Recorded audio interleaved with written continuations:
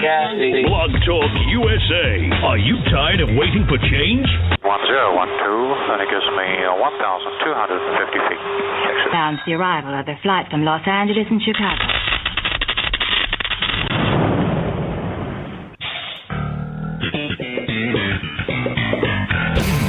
Explosion. And welcome everybody to the T&Z show. I am Tony Trupiano, the T in T&Z. We've got a lot going on today. We're going to take a look back at the weekend, take a look forward to what may be a Super Tuesday for Bernie Sanders, maybe not. What will Donald Trump look like after tomorrow? What will Marco Rubio look like after tomorrow? Who cares what Ted Cruz looks like after tomorrow? And John Kasich, well, if he wins Ohio, so what? The Z in T&Z is Richard Zombeck. Richard Zombeck, of course, is a celebrated blogger at HuffingtonPost.com. Man, liberals unite. If you'd like to join us on the show, you're always welcome to do that. 347-855-8118. Z, a pleasure as always to join you on this Monday, the 14th day of March, 2016. And man, oh man, another great weekend and another great week ahead of us. Well, first of all, hello, good morning. Hello, good morning. Hello. Hello. Second, hello. Secondly, great weekend. Okay, so I was running through the news over the weekend, like I always do, like almost every day, watching the commentary on the Chicago incident and the incidents that preceded it and the incident that came afterwards and the speeches and the commentary, and there was so much of it.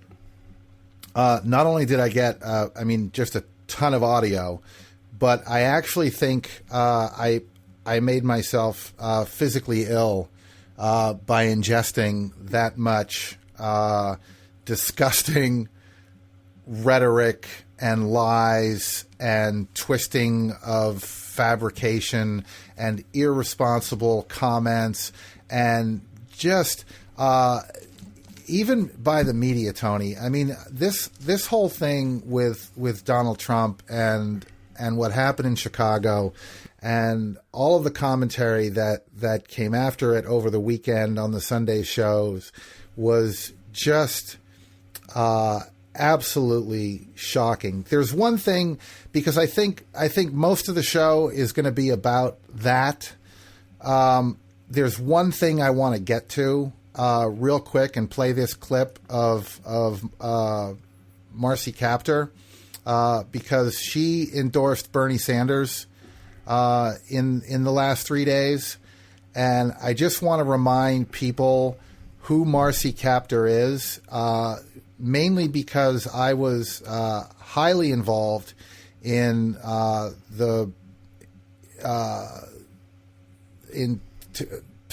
particularly in 2009, 2010, after the financial crisis, of trying to get financial reform done. And I worked with foreclosure victims and mortgage modification victims and bank victims, and through all that was able to meet Elizabeth Warren and Austin Goolsbee, who was one of the economic advisors to President Obama through all this, and spent a lot of time. In fact, that's where I got my start blogging on Huffington Post, was about the financial crisis and foreclosure victims and the 11 million people who lost their homes in all this.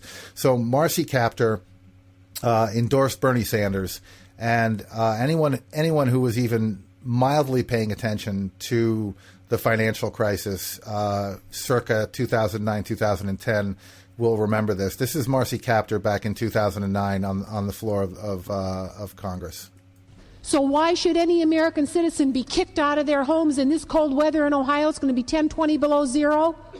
Don't leave your home. Because you know what? When those companies say they have your mortgage, unless you have a lawyer that can put his finger or her finger on that mortgage, you don't have that mortgage. And you're going to find they can't find the paper up there on Wall Street. So I say to the American people, you'll be squatters in your own homes. Don't you leave. In Ohio and Michigan and Indiana and Illinois and all these other places where our people are being treated like chattel. And this Congress is stymied. I can't even begin to describe, one, how much that clip went around the community of foreclosure and housing activists, and how much it meant to all of us when she did that, and that we actually thought that there was at least someone in Washington that was listening to what was going on and what was happening. And this was years and years and years in the making. So I know a lot of people. Wasn't she the one that replaced Dennis Kucinich? I believe she did. And, I know a lot of people that reached out to a lot of people in Congress well before this all started with documentation and the research and the investigations they have done. And, her and Maxine Waters and Bernie Sanders and Alan Grayson, all of those people from Congress there were very few people. There were a handful of people that were listening to us, and she was definitely one of them. So, in the with the news that she was endorsing Bernie Sanders, I just wanted to remind people exactly who she was and what she meant to so many people who were involved in the homeowner fight during the financial crisis.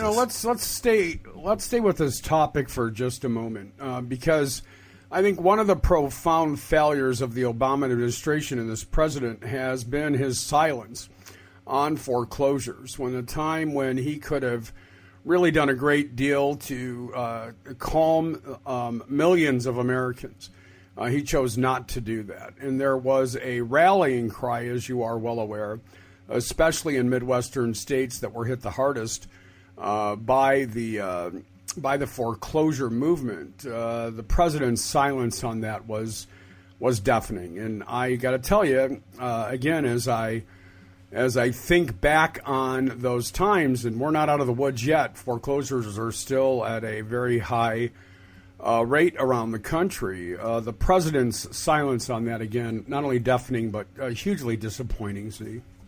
Yeah, it was. And in fact, he was in Phoenix during all this, making a speech on housing, and really that, we were going to save all these houses. We were going to save homeowners, that, tens of millions of homeowners were going to be saved through his HAMP and HARP program. And really, the speech was great, but it did absolutely nothing.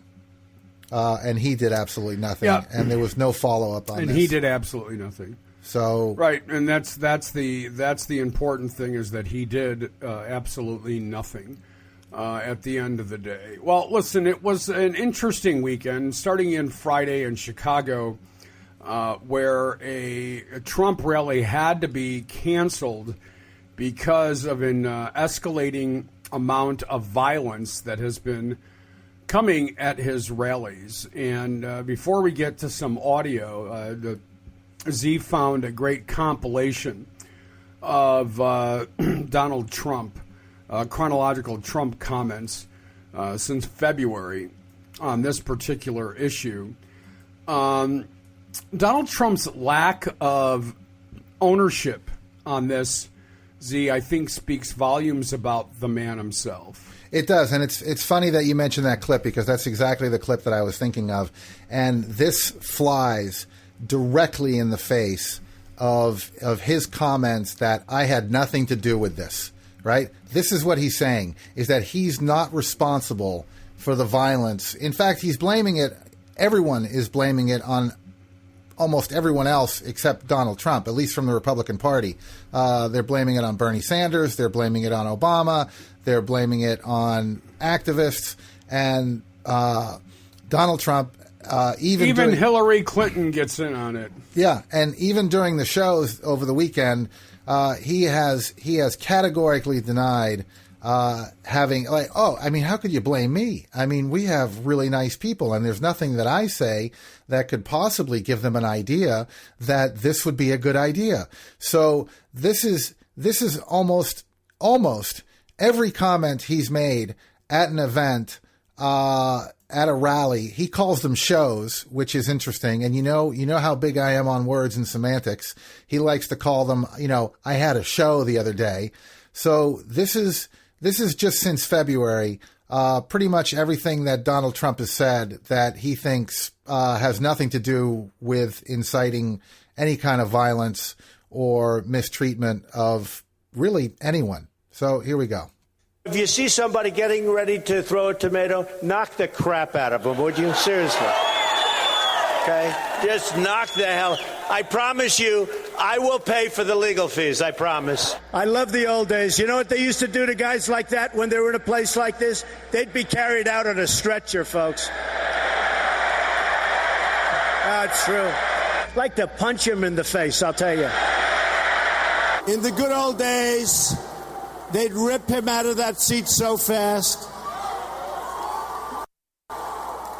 But today, everybody's politically correct. Our country's going to hell with being politically correct.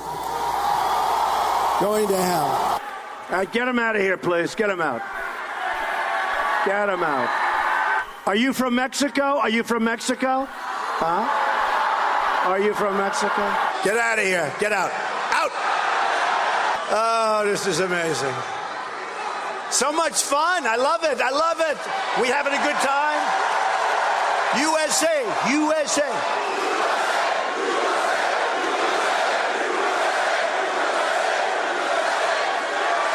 All right. Yeah, get him out. Try not to hurt him.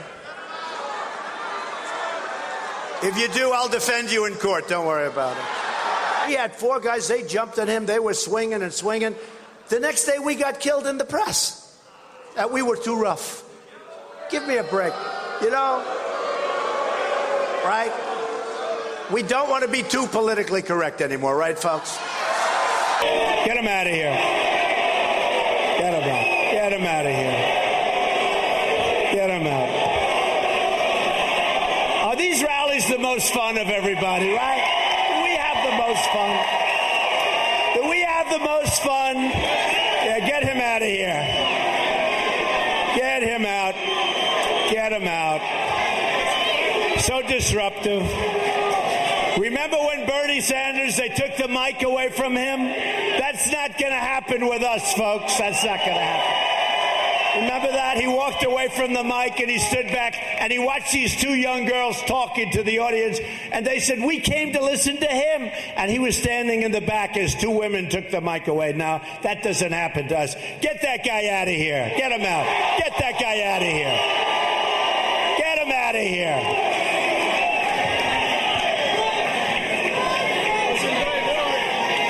Out. We had some people, some rough guys like we have right in here, and they started punching back. It was a beautiful thing. I mean, they started punching back. In the good old days, this doesn't happen because they used to treat them very, very rough.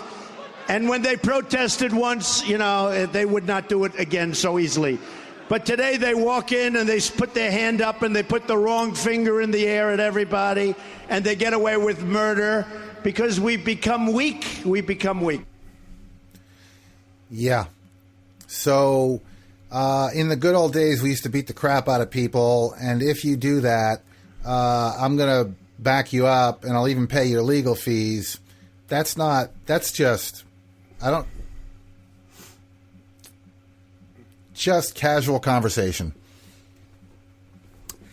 Okay. So it begs the obvious question. Has Trump defended himself? Absolutely. And in fact, he was on with Chuck Todd on Meet the Press yesterday morning. Actually, he was on with Chris Wallace. I'm sure he was on with George Snuffleupagus. Jack but Trapper. the bottom line,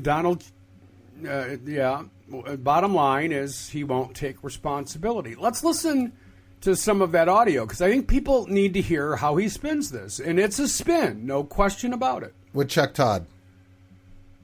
Yeah.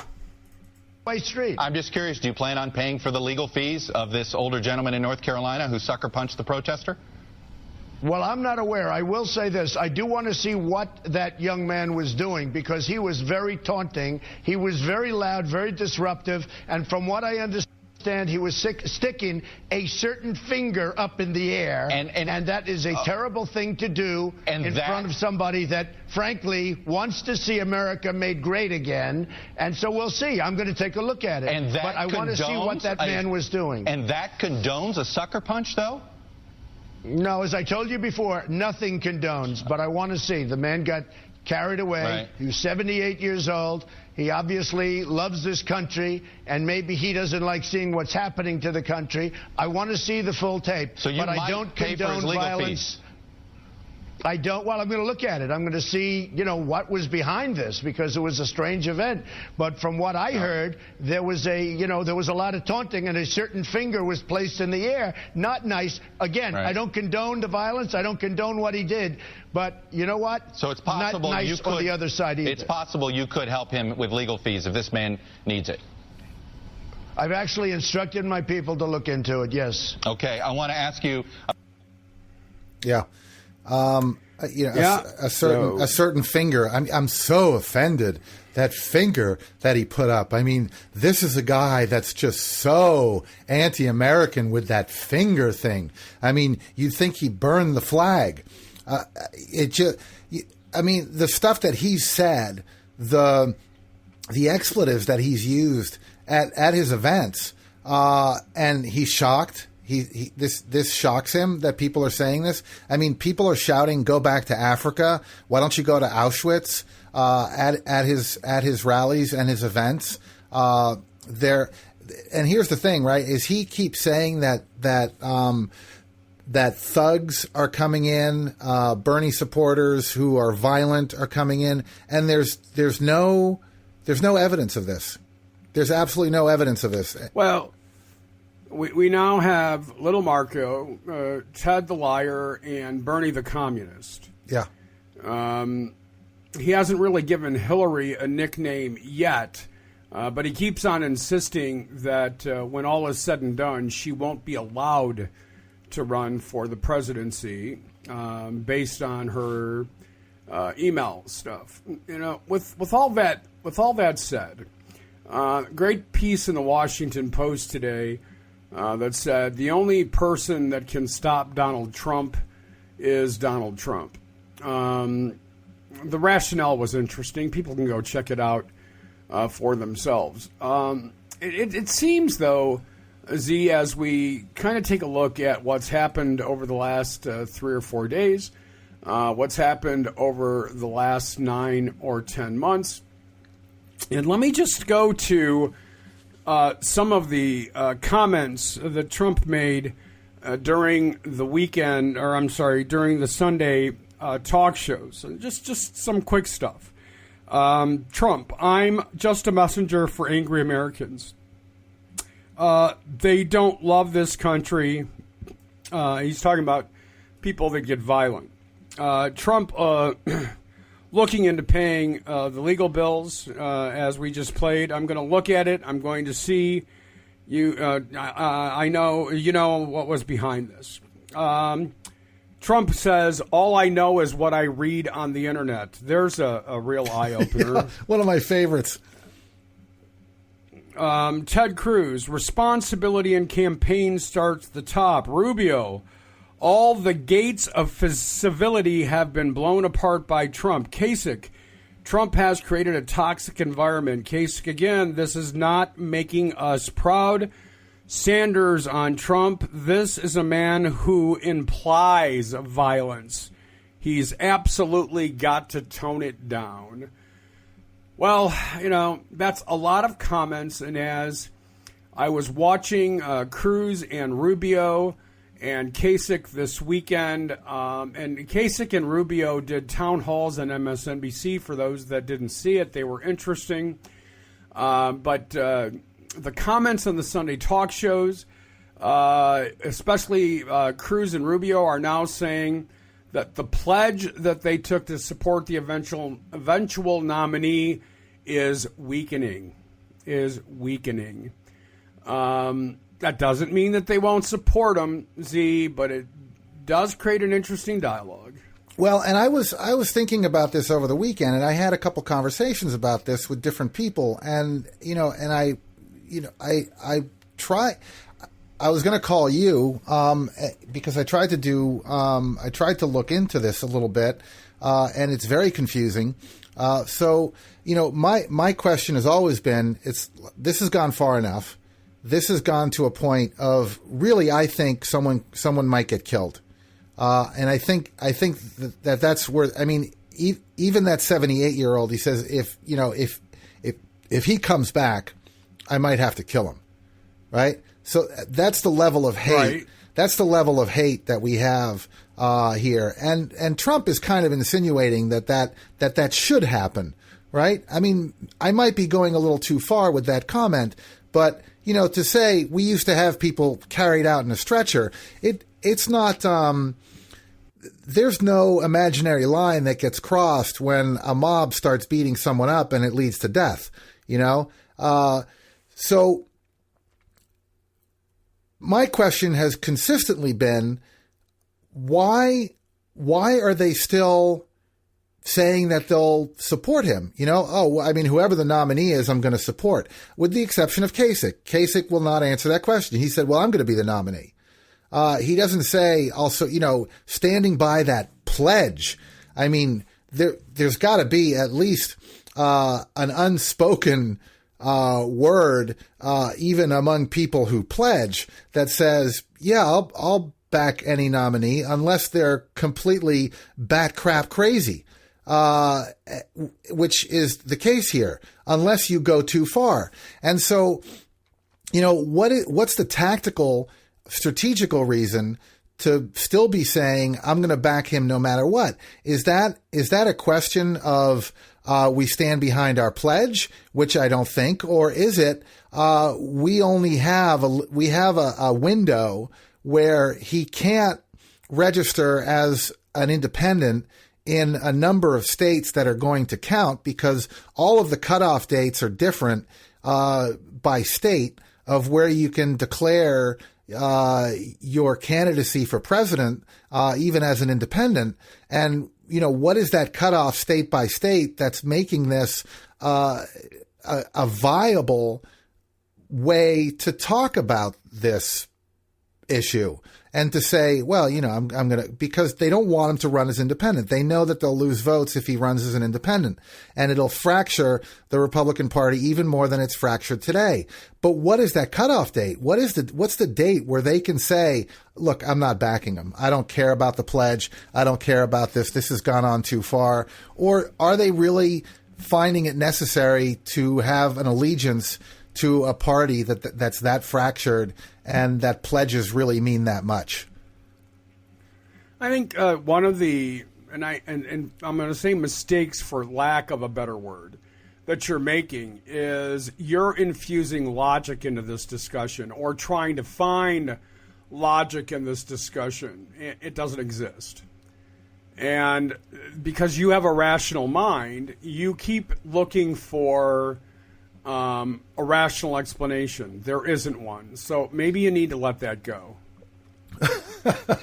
Well, and to even belay that point, right, is I'm looking online, and this group, and correct me if I'm wrong, because my interpretation may be wrong.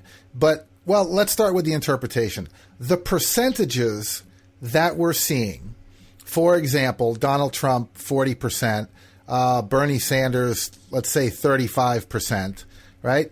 Those numbers, those percentages only apply to the individual parties, right?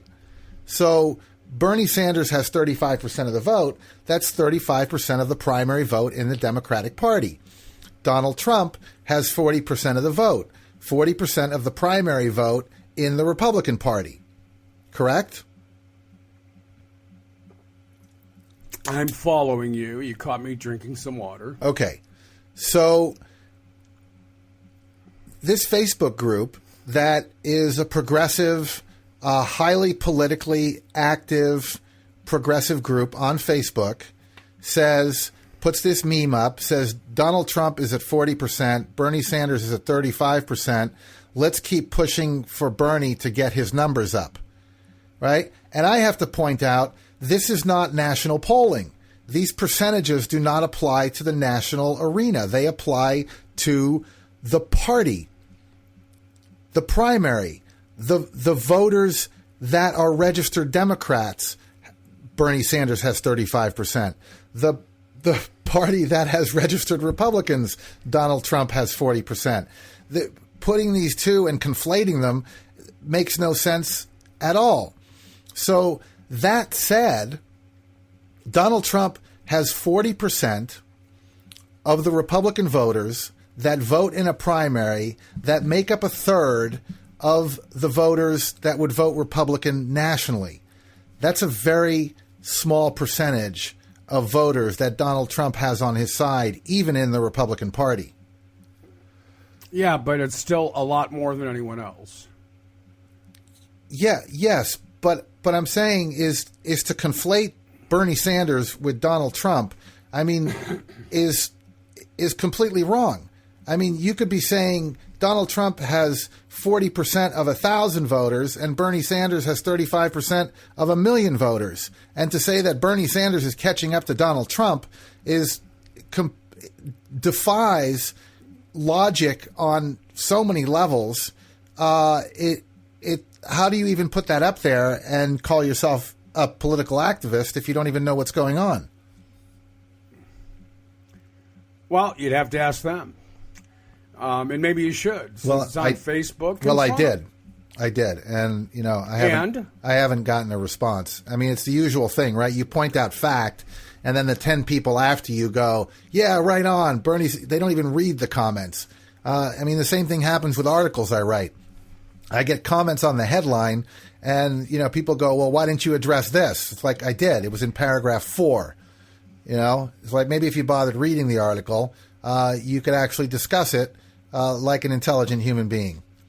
So, all right. Well, let's stick with Donald Trump for a little bit longer. He was on with Trapper, as you said yesterday. We'll get to Rubio in a bit, but let's clean up some Donald Trump audio here. Go ahead and play. It's a short piece. Clean up, or let's get out. Let's get it out of the way. More like it. Country is in trouble. I hear you, sir.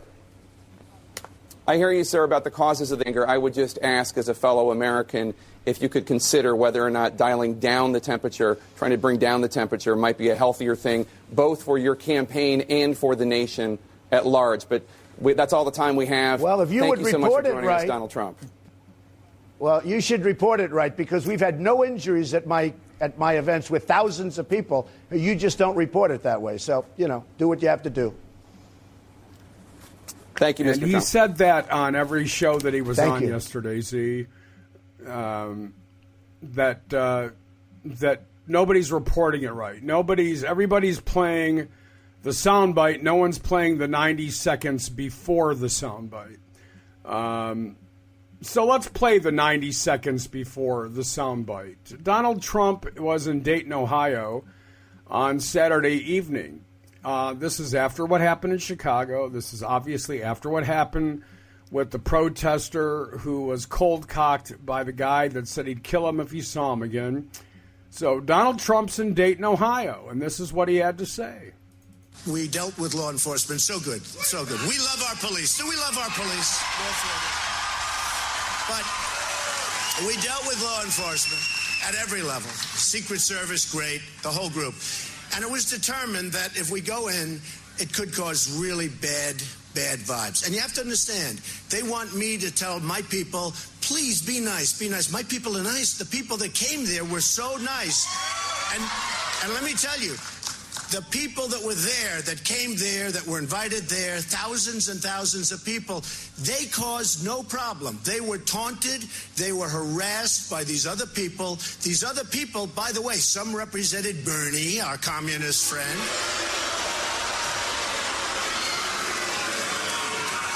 Now, really, Bernie should tell his people there weren't too many Hillary people there. You know why? I mean, in all fairness to Bernie, the reason there weren't Hillary people, they have no fervor. There's no fervor. Say what you want about Bernie, at least have a little bit of fervor, right? But with Bernie, so he should really get up and say to his people, stop, stop. Not me, stop. They said, Mr. Trump should get up and this morning tell his people to be nice. My people are nice, folks. They're nice. So this is a guy. Yeah. This is a guy with deep insecurity, a gigantic ego, who is marinating in the attention that he's getting. I mean, absolutely marinating in the attention he's getting, and not only not doing anything about it, not telling his supporters and his minions to tone it down, but actually taking it up a notch. And at one point, he said, hey, if Bernie Sanders wants to do this, we're going to send people over to his rallies. And, that I see as an open threat and inciting violence and an invitation to go and not only disrupt, but attack people. Now, what was funny was, he put a tweet up saying, I'm going to send people over to Bernie's rallies, and Bernie Sanders' campaign retweeted back and said, go ahead, at least they'll know what a real politician looks like. I mean, they're handling this really well. But I mean, this is getting to the point where it's almost getting terrifying, Tony. And here's the thing is that, my wife would watch this and she'd, oh my God, this is terrifying. And other people would say this is terrifying and he's doing this and he's doing this. And I had this kind of, this kind of, I was like, yeah. And I was kind of poo-pooing it. And I had this assumption that the closer we got to a Republican nomination, that Trump would tone down the rhetoric and the extreme behavior to kind of show mainstream voters that he was electable. And what's in fact happened is he's done exactly the opposite. And that decision by him and his campaign has really kind of frightening implications for how he might behave if he actually were to become the president. And the thing is that this is the kind of guy that America goes into other countries and takes over in order to put democracy into that country. I mean, Donald Trump is the reason why or guys like Donald Trump is the reason why we attack other countries. There's a particular truth that rings true to me. Marco Rubio, who finds himself, depending on the poll, 20 plus points behind Donald Trump in Rubio's own state of Florida, had his own dialogue about Trump this weekend. And let's listen to a little bit of that before we get to the reason Rubio says this is happening. Senator, you've repeatedly said that anger is not a plan. You say that a lot in your stump speeches. Last night, you did say that there's a lot of blame to go around, and you just said this right now. How much of the blame rests with President Obama, as you said, and his divisive policies, as you called them? How much do you blame President Obama for what's going on right now?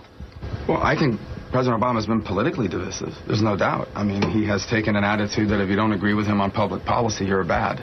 I've seen him do that, and I think that's divisive. And is perhaps a contributor to all this. But This is different. I mean, this is a different level that we're discussing now. This is the intentional injection of the use of people's anger. Basically, this is a political candidate in Donald Trump who has identified that there's some really angry people in America. They feel as they've been mistreated by the culture, by society, by our politics, by our economy, and he knows this. And they have in many instances. They really have. Every major institution in our society has failed us. Higher education has failed us. Organized religion has failed us. The media is failing us. Politicians and political parties are failing us. Government's failing us.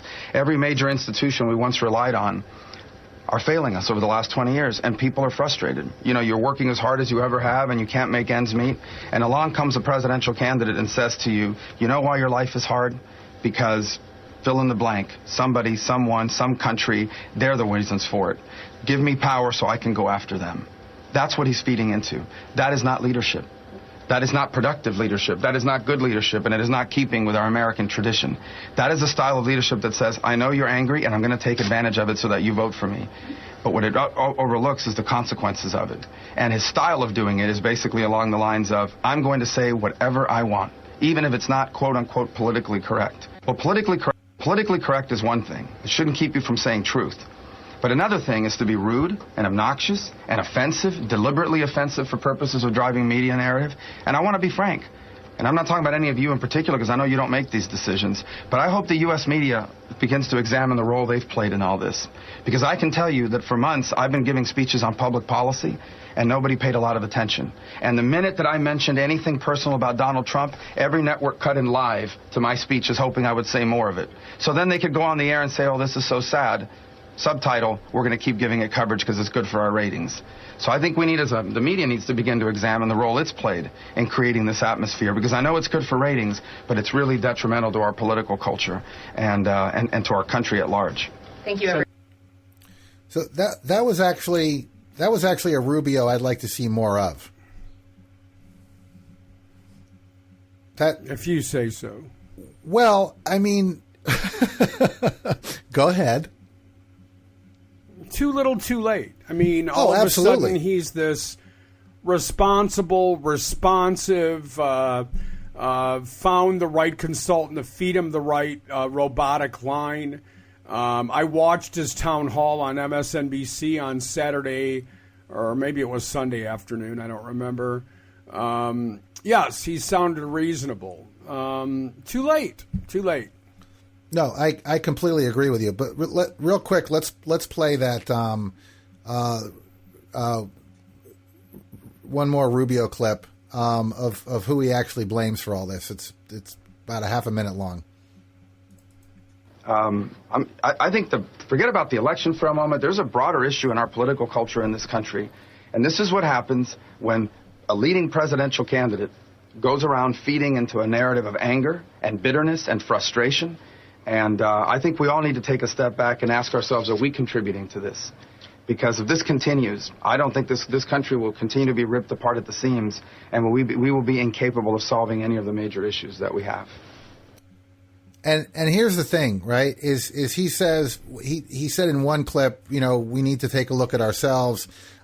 He blames in big part, in a large part, this on Donald Trump, but goes on to say that Obama has been divisive and that he's the reason this all started, but that he himself, you know, has been completely reasonable. And this is Marco Rubio, right? The candidate who said President Barack Obama is undermining this country as a part of a plan to weaken America on the global stage, right? That Rubio says of Obama, all this damage that he's done to America is deliberate, right? He's attacked the president's choice to speak at a mosque as an example of constantly pitting people against each other, which is hurting our country badly, quote unquote, right? They've all been complicit in this. They've all taken part in this. They've spent 7 years running around the country accusing the president of being this fifth columnist hell-bent on destroying our country. And if Obama's America were as bad as people like Rubio say it is, that the civil unrest that Trump has has caused is somehow justified. I mean, this is really well, and don't forget, he in the clip you played before that, he said over the last 20 years, which would include some Republicans as well as Democrats, that they have systematically, department by department, really torn this country apart. But, it's not just politicians that are speaking out and lashing out against Trump. And before we get to President Obama's comments when he was with Justin Trudeau, the Premier of Canada, the other day, Carl Bernstein had a few words to say. And although this is a little long, well worth the listen. If you would, please.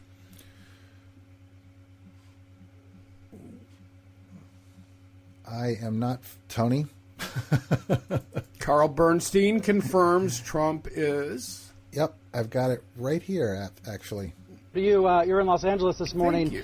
You have been thinking about this, talking about Trump for months as a neo-fascist. I want you to tell me why and how you view this current moment.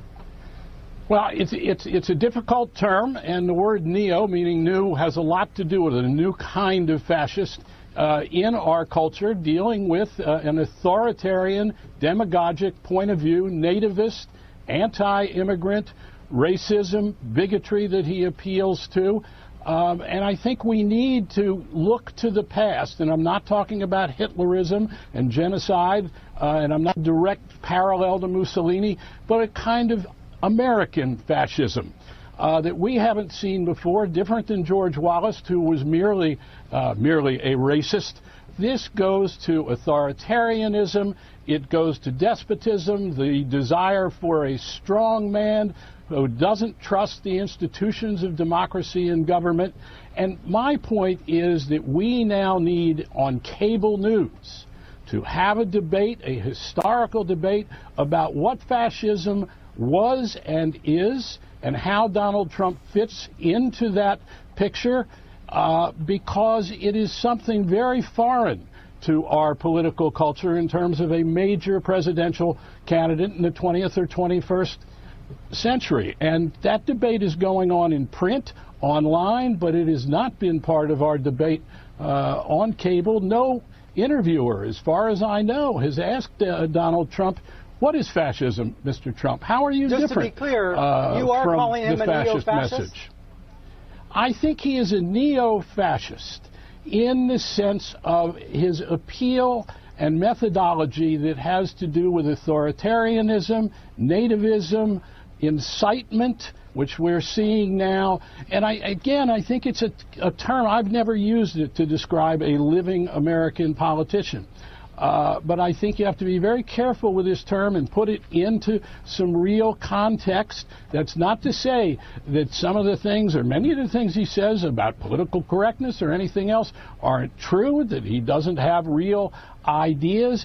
I'm saying that we in the press need to look at this as a moment to look at history and how does Donald Trump have a debate about how he fits into the context of fascism, but a new American kind of fascism that does not deny the real anger and grievances that many, many Americans feel. And in complete agreement, but way too nuanced for Trump supporters and even Trump himself. Oh, yeah, you're right. They wouldn't get it. But they would get this. President Obama was asked about Donald Trump. Now, he has really stayed fairly silent until the other day. But what he had to say was classic Obama, actually. Let's listen to that.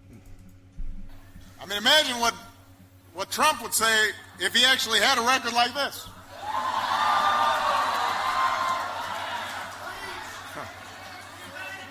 Instead of selling steaks.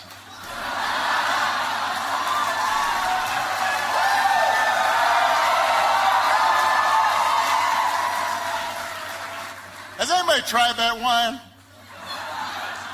How good can that wine be? I'm sorry. Where was I? We've got a debate inside the other party that is fantasy and schoolyard taunts and selling stuff like it's the Home Shopping Network.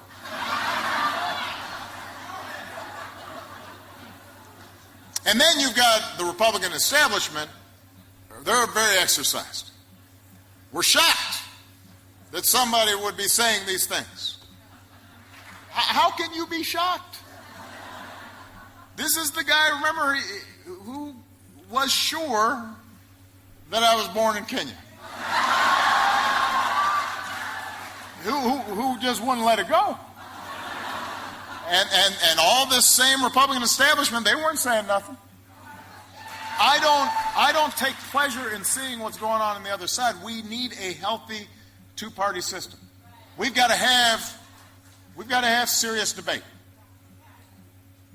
And Democrats need to have somebody who's questioning and challenging some of our own dogmas and our own blind spots. He's really quite good. Yes, he is really quite good, and enjoyed those comments a great deal. Listen, we've got about 14 minutes left in the show today. We should probably take a look forward to the next Super Tuesday, which will be tomorrow. I am tentatively scheduled to be on Ed Schultz show, television show again tomorrow, to comment on the on primary day. Let's start on the Democratic side of the aisle, Z, and really talk a little bit about what's happening. Will Bernie surprise again tomorrow? Will Hillary prevail? I think Bernie's going to surprise again tomorrow, and I think that I think Hillary has taken a lot of hits over the last 3 days. She made a comment about Nancy Reagan being responsible for the conversation about AIDS, and if that means that because she ignored Rock Hudson or AIDS for almost 7 years that she was part of the conversation, then Hillary's absolutely right. She made a comment about Donald Trump's rhetoric, comparing it to a riot and racism in North Carolina, and got a huge hit for that. And one of my favorite things that happened over the weekend is she said at an event, and she tweeted during the event, or her staff tweeted during an event, where was Bernie Sanders when I was talking about health care in 93 and 94? And almost 10 minutes later, the Bernie Sanders campaign responded to that tweet with a picture and a video of her talking about health care with Bernie Sanders standing right behind her. And then images of she and Bernie Sanders talking about health care in an article by either the New York Times or the Washington Post. So she herself is making herself look bad in trying to make someone else look bad. And this is the kind, and you and I have talked about this, and this, and you have a different view than I do as far as accepting political gamesmanship. But she's going on a premise that people are not paying attention, that don't know what's going on, and is dealing with an arena that neither she nor her husband are used to, which is social media, quick responses, 24-hour news cycles, and things like that she's not adapted to. And she's making accusations. She's playing her normal political games, and I'm actually surprised by her campaign that she doesn't have better people that are apparently no younger than 60 or 70 years old advising her on this kind of stuff, or at least, like I've said before, someone in the room saying, what could possibly go wrong? And is this really true? And do we really want to make these accusations that are so easy to prove wrong? And I think she's taking a hit, Tony. She's taking a hit. And right now, 30% of Bernie Sanders supporters are saying they will not support Hillary Clinton if she's the nominee, which I think is dangerous. But that's the way it is. That's the arena we're looking at. Yeah, and I don't believe that people will not support her, but it's way too early in the game. There's a lot of divisiveness. I had a conversation with somebody yesterday who is a rabid Bernie Sanders supporter, and even he said, listen, it's not like I'll hold my nose and support Hillary. I'll do it. But for right now, my fight is on one side and one side only, and I'm not moving until he's no longer an option. And I think there are a lot of people in that camp right now, as well should be. And the momentum that Bernie Sanders has had, not just in the last couple weeks, but certainly in the last 6 months, is astounding and exciting to watch. There's no question about that. It's exciting to watch. There may be some surprises tomorrow on the Democratic side. We know that Bernie is within the margin of error in Illinois. We know that his numbers are growing in Ohio at the right time. Those are the two big ones in play. Bernie will not win Florida. He admitted that over the weekend. Nor does he expect to win Florida. And so we're okay with that too. Should be an exciting day tomorrow, though. It's going on the Democratic side. Yeah, it's going to be interesting, and I think it's at the very least it's going to be very tight. In a couple of these, but I think Sanders is going to show is going to make a good showing in a couple of these states, I think. All right. Well, obviously now we have the Republican side of the aisle. And again, I referenced this earlier. Donald Trump seems to be trouncing Marco Rubio and everybody else in Florida as Trump considers Florida really his second home. And I think that there's an argument to be made for that, but that's irrelevant in the bigger picture. What happens to Marco Rubio after tomorrow? You and I had this conversation a while ago, and you said if he's an establishment guy, he stays in the race. If he is not an establishment guy, he will walk away. He's an establishment guy, in my opinion. And I believe at some level, although he has no path to the nomination after tomorrow when he loses Florida, and I think we can both agree that he will. Talk about political suicide. Not that he hasn't already committed it, because he has, but how many times can you beat a dead dog? Well, and the thing is if Trump wasn't in the race, would he lose to Cruz in Florida? And I doubt it. And that'll show up in the numbers as well, right? Is Rubio will but they're very close in the polling. I don't know if you've seen the polling this morning. But the Quinnipiac poll, the Monmouth College poll, Rubio or Cruz is right behind by the margin of error, right behind Rubio. Yeah. Well, okay. So, are you saying that if Trump weren't in the race, that it would be really tight between Cruz and Rubio in Florida? Yeah. Yes, I am. Well, saying. And if it stays that close, that they're second or third. If Rubio comes in third, his political future is over. If he comes in second, he can still argue that, I would have come in first if it hadn't been for this hate bag. But yeah, I don't think he takes Florida. I don't think he does. And, and then what does he do? I don't know.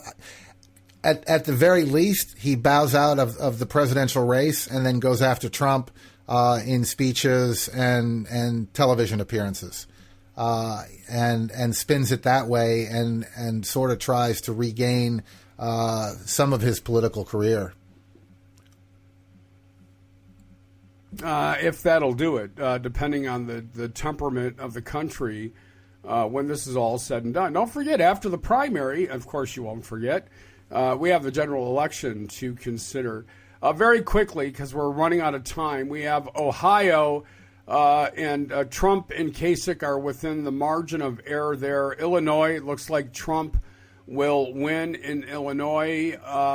Obviously, reaching that 50 plus 1% threshold of delegates for Donald Trump gets easier with wins in Illinois, Ohio, and Florida. I don't see him winning all three states.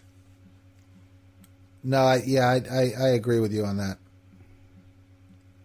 Yeah, and I think Ohio's most likely the one that will fall into Kasich's camp. Now, that does bring up an interesting question. John Kasich, during his town hall on MSNBC this weekend, says that if he doesn't win Ohio, he will drop out of the race.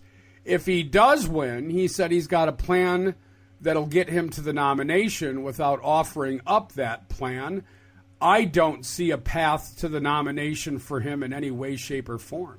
Well, it at least gives a perception that he can win his own state, and it puts him on the map, right? If he wins Ohio, he becomes newsworthy, and people will be talking about him, and maybe after that, people will start paying more attention to him and see him as a reasonable candidate, at least for, independent and Republican voters that don't vote in the primary. And it also gives him a shot if in fact the Republicans decide to try a brokered convention, which, again, would be suicide for the Republican Party and probably cause riots and violence in this country. But at this point, they're in complete panic mode, and I don't know what else they can do. Agreed. One last story before we get out of here. I don't know if you saw it, but Michelle Fields, who is a reporter at Breitbart, the same reporter that was supposedly roughed up by Corey Lewandowski, Donald Trump's campaign manager, and Ben Shapiro, who's the editor-at-large at Breitbart, resigned on Sunday evening because they feel that Breitbart was not supportive and was not supportive of them, more supportive of Donald Trump. And, some of the quotes that are coming from Michelle Fields' resignation are really interesting. She said, "I do not believe Breitbart News has adequately stood by me during the events of the past week, and because of that, I believe it is now best for us to part ways." In his own statement, Ben Shapiro said the episode was emblematic of how he believes the site's management has sold out to the legacy of its founder and namesake, the late Andrew Breitbart. Andrew's life mission, Shapiro wrote, has been betrayed. Indeed, Breitbart News, under the chairmanship of Steve Bannon, has put a stake through the heart of Andrew's legacy. Good. All right. Well, that is going to clean it up for us today. Tomorrow we'll do a little more prognosticating, and we'll look at some recent polling numbers and get you all caught up on what to expect as we work our way through the primary day tomorrow and what is considered another Super Tuesday. With that said, Z, how can people get more information on TNZ Talk? Well, Tony Tripiano, they can go to tnztalk.com. You'll find our Facebook links, Twitter, Tumblr, everything you need to know. We also have a support page that will show you the myriad of ways that you can support TNZ Talk. You can find us on iTunes. There are a bunch of Android apps that you can find us on too. All the links are there on tnztalk.com.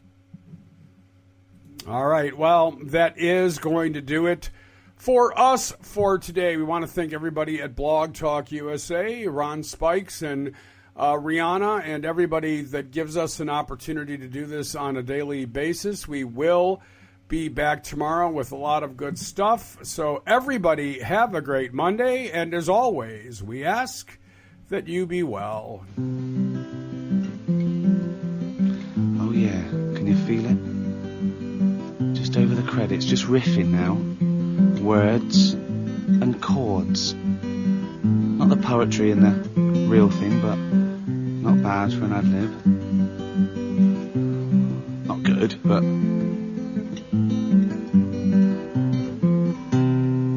And it's not long enough, so just do a little bit more. And that's nearly done. That's the final credit there. That's the end.